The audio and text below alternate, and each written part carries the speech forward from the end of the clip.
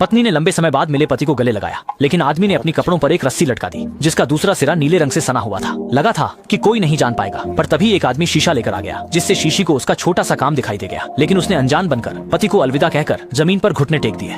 जल्दी से काम पर जाने के लिए दौड़ गई। आदमी उसे जाते हुए देखता रहा, सोच में डूबा हुआ। असल में उसे शक था कि शीशी पड़ोस के बूढ़े वांग के साथ जुड़ी हुई है, इसलिए उसने यह बेवकूफी भरा विचार सोचा। सच में अगले ही पल शीशी ने बूढ़े वांग को ढूंढ लिया और फिर बैग से एक चाकू निकालकर रस्सी को काट दिया और कार के मॉडल पर बांध दिया। इसका उपयोग करके उसने रंगों को दूसरे स्थान पर पहुंचा दिया। लेकिन जैसे ही वे अपनी सफलता पर गर्व कर रहे थे, आदमी ने जमीन पर पड़े रंग को देखते हुए उनका पीछा किया। वे जल्दी से पेड़ के पीछे छिप गए। आदमी केवल जमीन पर रंग देखता रहा और उसने बिल्कुल भी ध्यान नहीं दिया कि पश्चिमी उस समय पेड़ के नीचे आराम कर रही थी। जैसे ही पति दूर जाने लगा, दोनों ने राहत की सांस ली। लेकिन जैसे ही वे प्रेम के उत्सव की तैयारी कर रहे थे, शीशे ने अचानक देखा कि लाओ वांग के शरीर पर भी एक हुक है। ध्यान से देखने पर वह चौंक गई। जमीन पर एक पीली रेखा थी। अभी वह स्थिति को समझ ही नहीं पाए थे कि लाओ वांग की पत्नी वहां आ गई। असल में उसने पहले ही कुछ अजीब देखा था और गुस्से में आकर लाओ वांग को घर से बाहर निकाल दिया और सारी बात वेस्ट सी के पति को बता दी ताकि उसे इसकी कीमत चुकानी पड़े। फिल्म यहीं खत्म होती है।